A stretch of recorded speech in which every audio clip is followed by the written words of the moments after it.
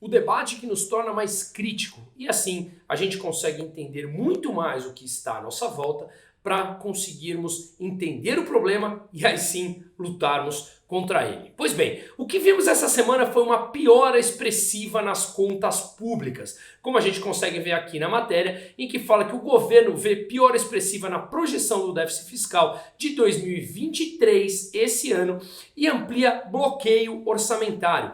Por que o bloqueio orçamentário? Ora, pense igual na sua casa ou na sua empresa. Se você tem um gasto em que você primeiro gastou, depois você vai entender como vai atrás dessa receita, que como eu falei depende do terceiro, nesse caso o terceiro é a aprovação pelo legislativo de aumento de impostos. Então basicamente o governo precisa bloquear uma parte do orçamento para cumprir a regra do arcabouço fiscal, que obviamente o arcabouço fiscal também tem uma meta para 2024 de zerar o déficit que não será concluída. Eu fiz um vídeo explicando sobre isso, onde o Lula falou, foi o vídeo com mais visualização no meu canal, com 300 mil visualizações já, em que o Lula, quando falou que não cumpriria a meta, que seria inexequível, ele basicamente repetiu a palavra que eu venho falando há meses aqui.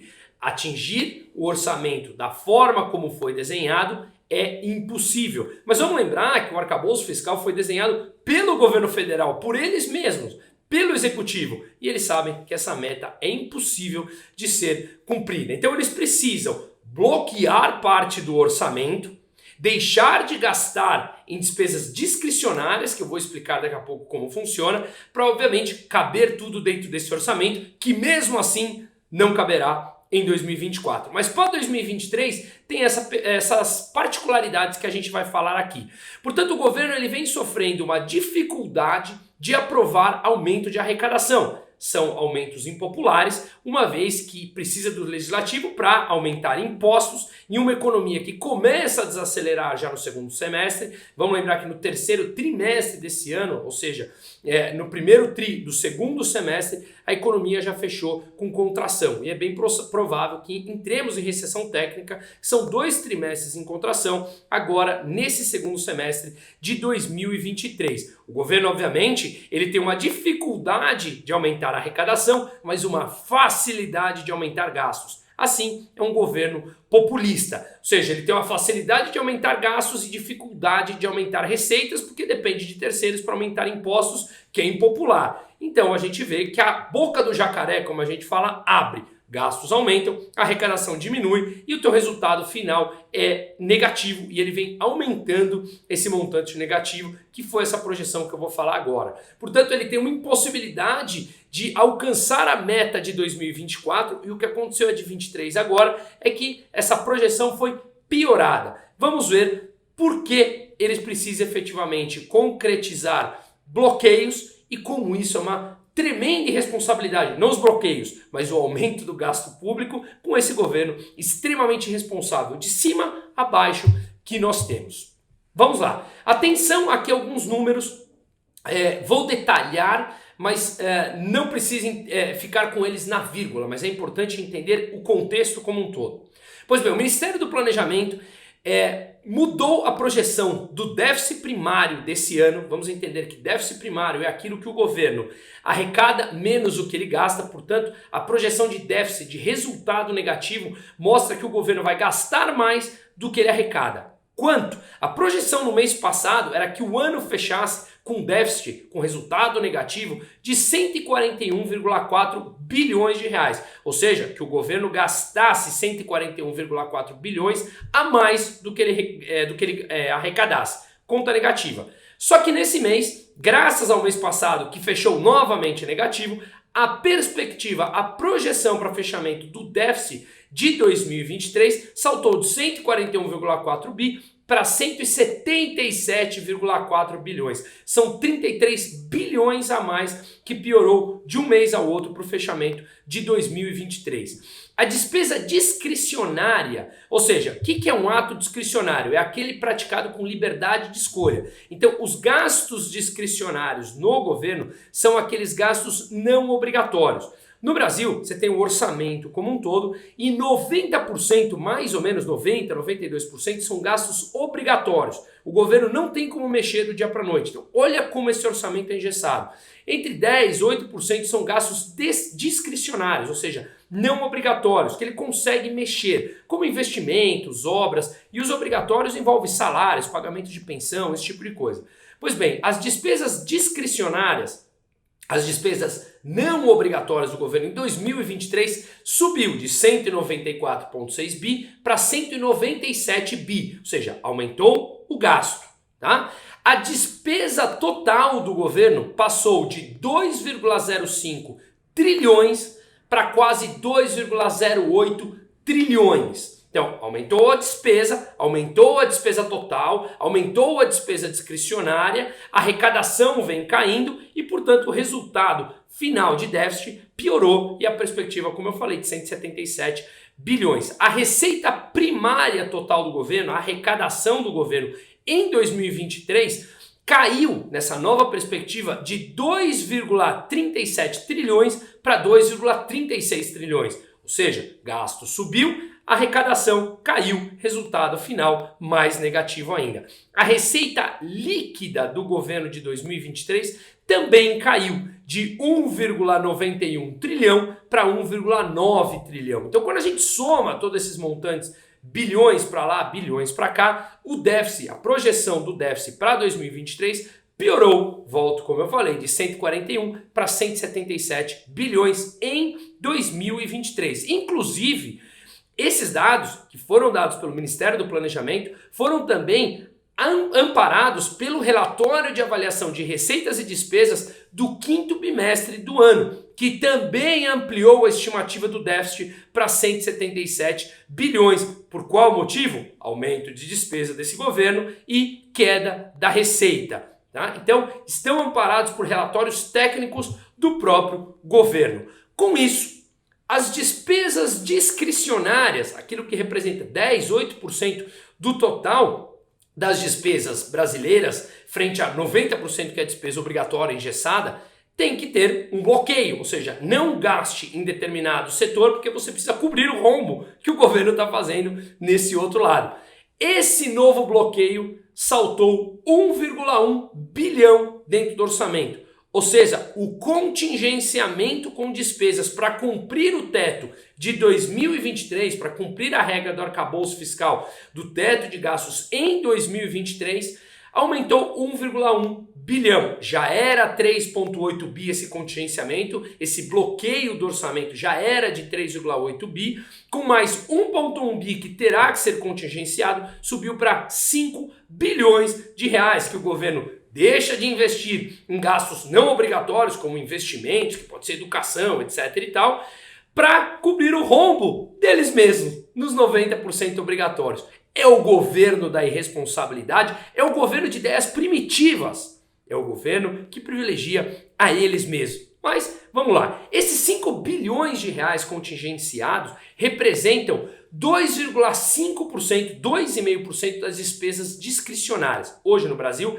as despesas discricionárias do orçamento como um todo representam por volta de 197 bilhões de reais. Ou seja, de um orçamento total, 2,5% das despesas discricionárias dá mais ou menos esses 197, 200 bilhões de reais. Então pensa num orçamento onde apenas uma pequena parte são gastos não obrigatórios. O resto é tudo orçamento engessado que não consegue movimentar. Portanto, o governo precisa gastar aquilo e ele aumenta esse gasto, obviamente ele precisa tirar do pouco que sobra para os gastos não obrigatórios. Resumo da ópera aqui, os gastos obrigatórios saiu de 1,86 trilhão para 1,880 trilhão.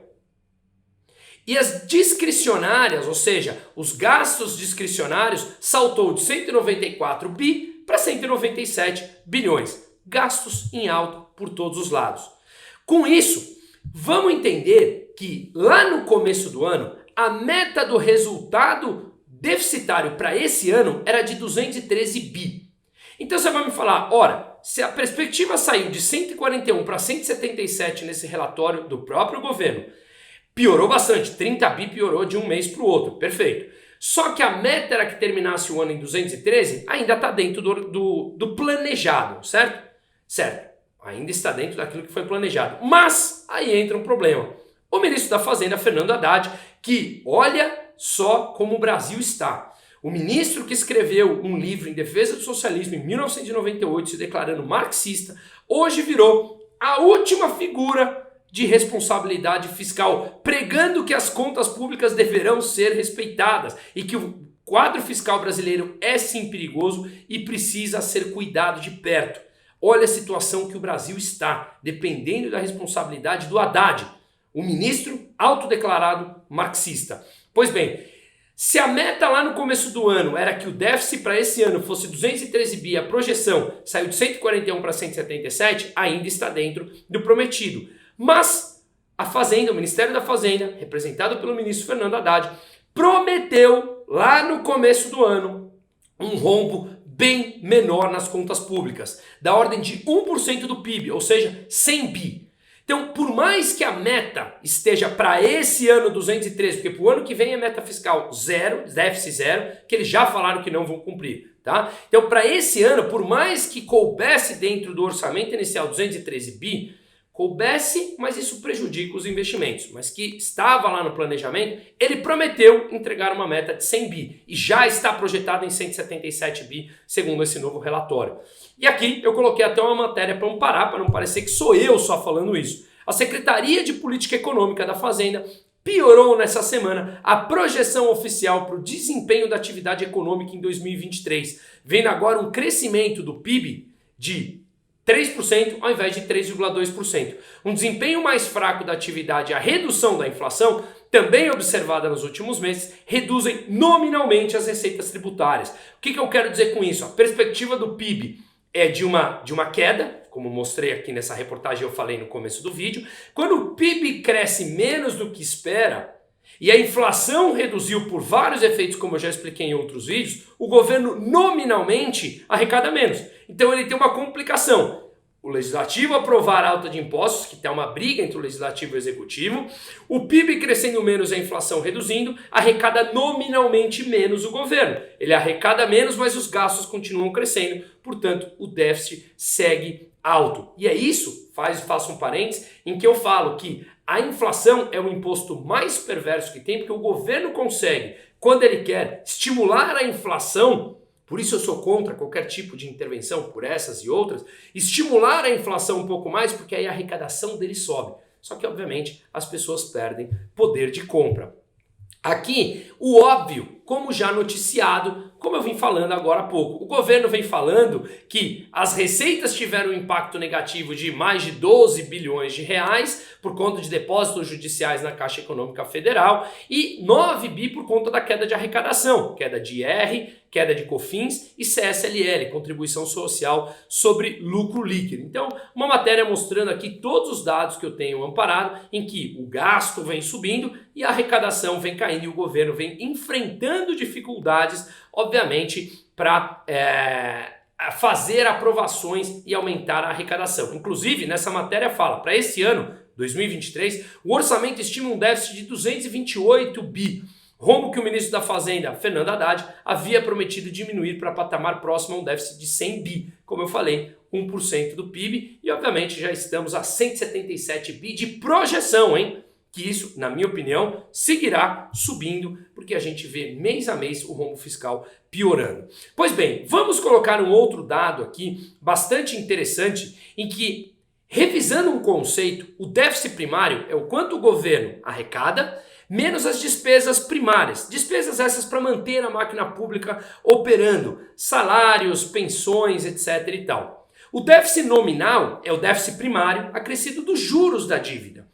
Então, obviamente, o déficit nominal ele é maior porque ele inclui os juros nessa conta. Se nós olharmos nesse gráfico, o déficit primário do Brasil já está em mais ou menos 1% do PIB. Como eu falei agora, já deve ir para próximo a 2% do PIB, porque deve fechar o ano com 177, próximo a 200 bilhões de déficit, segundo essas projeções que eu mostrei. Ou seja, mais ou menos 2% do PIB, um pouco menos do que isso. Quando nós olhamos a linha laranja nesse gráfico, o que nós vemos é o déficit nominal, que já está em mais de 6% do PIB. Ou seja, o governo já está gastando mais, incluindo juros na conta, mais de 6% do PIB. E isso mostra que o país está muito mais endividado, e um país mais endividado, o que acontece? Quando você vai se financiar, os investidores cobram mais taxa de juros para emprestar dinheiro para quem está mais endividado. E isso, obviamente, gera oportunidades também de investimentos que a gente vai falar daqui a pouco. Agora aqui tem um problema.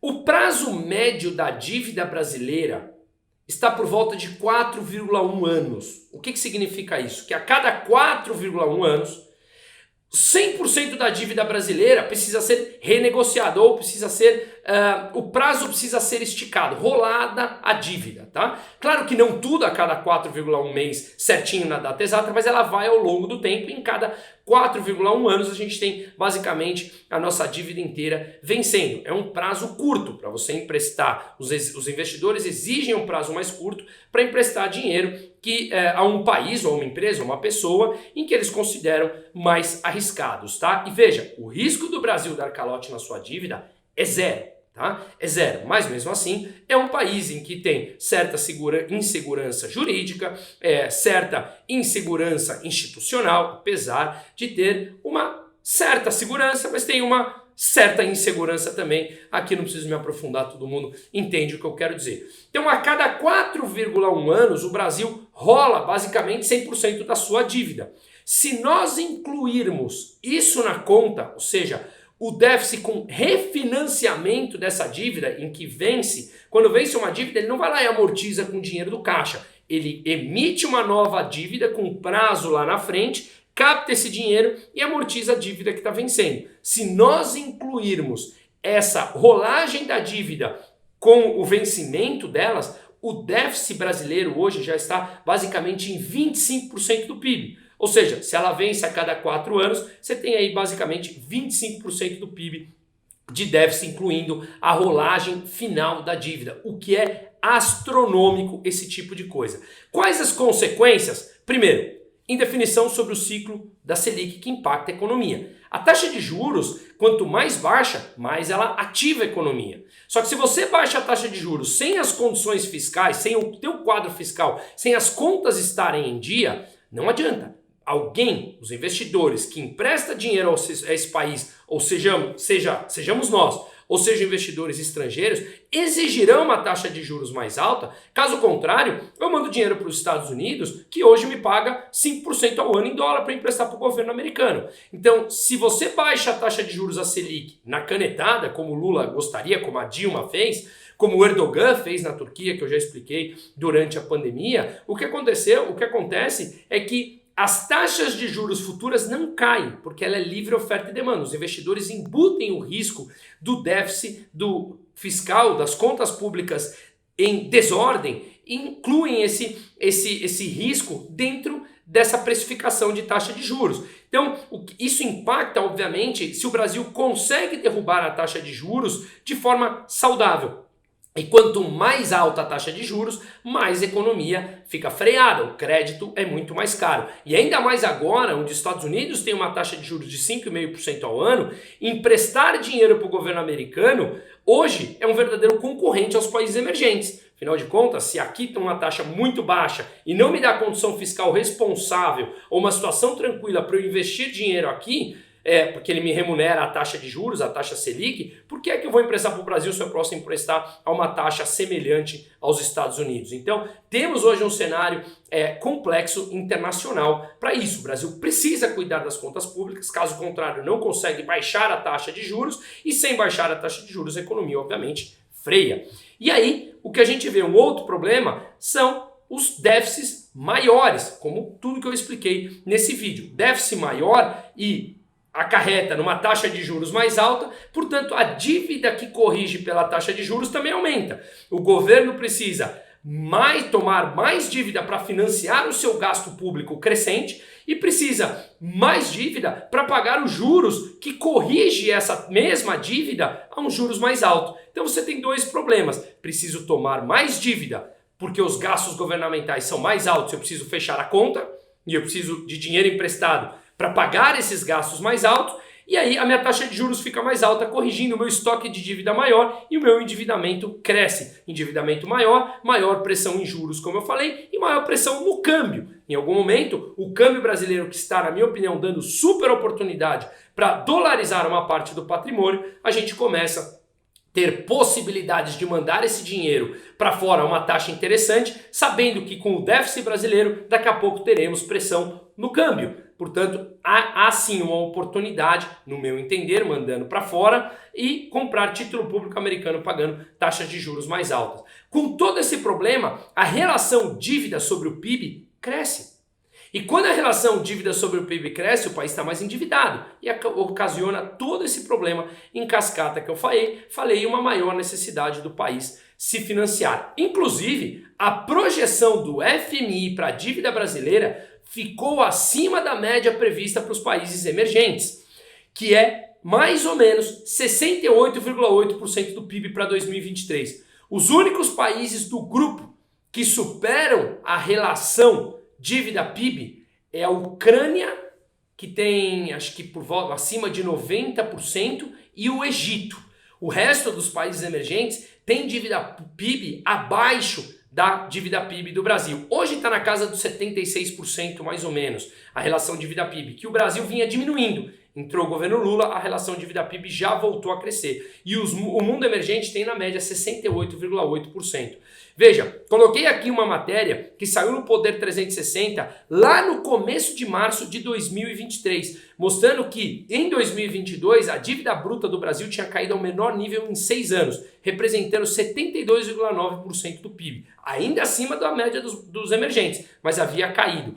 Agora, o FMI fez uma projeção que em 2023 a dívida PIB do Brasil pode terminar acima de 88% do PIB, bem acima da média dos emergentes, como eu falei agora há pouco nessa nova projeção do FMI. Portanto, é muito complicado esse tipo de coisa. Mais pressão na dívida, mais pressão nos juros, mais pressão no câmbio, obviamente, e a gente entra nesse círculo ou ciclo vicioso de aumento do endividamento público. E aí a gente entra na parte dos investimentos.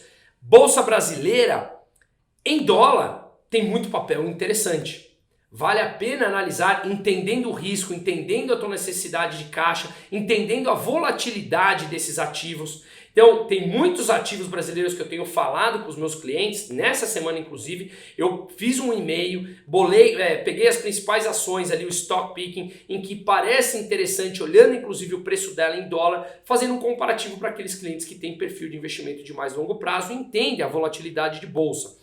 A Bolsa dos Estados Unidos, ela tem, debaixo de uma métrica, ela oferece hoje prêmio de risco zero frente à renda fixa americana. Ela já subiu muito, não significa que não vai subir mais. É uma métrica em que ela analisa o prêmio de risco da Bolsa frente à renda fixa. Ou seja, hoje, com a renda fixa americana pagando taxas de 4, 5, 6, 7%, dependendo do título que você for comprar ao ano em dólar, tem muito mais vantagem, uma vez que a Bolsa Americana já subiu bastante nos últimos tempos. Pode subir mais? Pode. É uma relação risco-retorno. Então venho falando há tempos que, no meu entender, faz sentido. Eu venho comprando para mim títulos públicos americanos ou bonds de empresas até brasileiras lá fora, emitido em dólar, pagando taxa de juros mais alta. Taxa de juros cai, o valor de face desse título sobe. O link está no descritivo, inclusive, para procurar a mim e a minha equipe. A Bianca, está o e-mail dela, bsouza, para falar sobre a parte de investimentos, que é sempre determinada por mim aqui na minha equipe. Renda fixa brasileira, pré-fixada, dependendo do prazo, tem taxas interessantes. Pós-fixada, se a taxa de juros vai permanecer num nível acima de 10, não sabemos ainda, mas no meu entender sim, por conta dessa pressão da dívida, há espaço interessante em renda fixa brasileira. Títulos públicos atrelados à inflação, venho falando isso já há meses, que eu acredito que com as taxas atreladas à inflação de título público, IPCA mais 5, IPCA mais 6, são oportunidades gigantescas para colocar o capital rendendo taxas extremamente interessantes frente ao risco brasileiro de dar calote na dívida, que hoje é zero, e portanto taxas reais acima da inflação de 5, 6% não é de se desprezar. Dúvidas, me coloco à disposição. Renda fixa americana, acabei de explicar sobre isso, de possibilidades. Outras classes de ativos, moedas, criptos, vai muito do risco que cada um coloca. Sim, no meu entender, há muito mais oportunidades, como eu falei aqui, com stock picking de bolsa brasileira, olhando o preço em dólar, renda fixa brasileira, tanto pré, pós ou inflação, a depender do seu risco, do seu perfil de risco, a renda fixa americana, papéis extremamente interessantes, tanto privados como público, e sempre numa compreensão de longo prazo e dessa volatilidade que é importante que mantenhamos a par e mantenhamos muito claro esse perfil de risco. Deixo aqui também o link, tá no QR Code ao longo da apresentação aqui da comunidade. Junte-se a nós, que a gente faz vídeos mais aprofundados que esses, semanais, encontros mensais, resenhas de livros e resenhas de filmes, e fazemos também apresentações com pessoas de renomes das mais variadas áreas a cada mês, para passar um conteúdo exclusivo para a nossa comunidade. Espero que tenha ficado claro. Muito atenção ao endividamento brasileiro, mas de novo, isso não é para pânico, é para olhar o copo cheio em que há oportunidades extremamente interessantes de proteção ou de ganho, uma vez que, infelizmente, uma parte da população escolheu esse tipo de governo.